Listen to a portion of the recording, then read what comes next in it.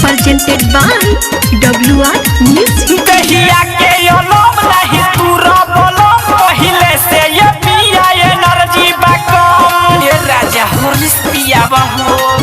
दहिया के योलोम नहीं तूरा बोलो पहिले से ये पिया एनर्जी बकम मोरा दहिया मन के तोर भइल कि देहला रकोर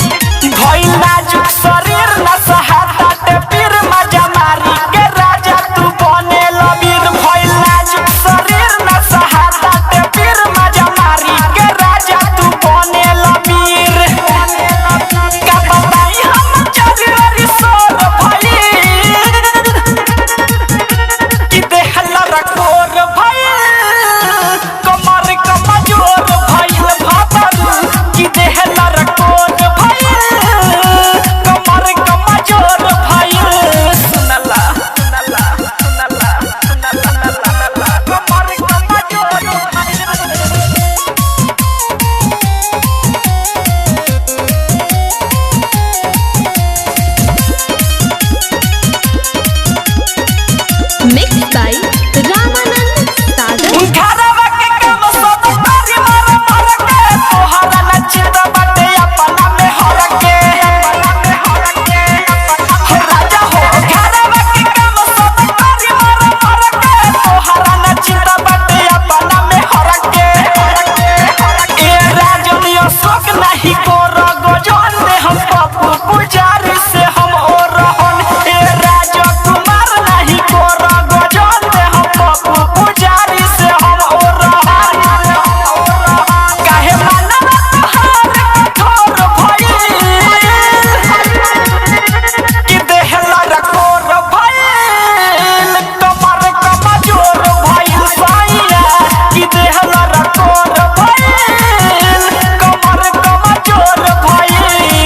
WR Digital Recording Studio, Bethiya।